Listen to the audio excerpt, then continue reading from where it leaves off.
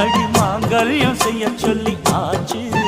உயிலும் பேரையும் என் பேரையும் ஒன்னாக கூவச்சு. அடி மீனா பொண்ணு மாசியில் போட்டா மாறா பொண்ணு.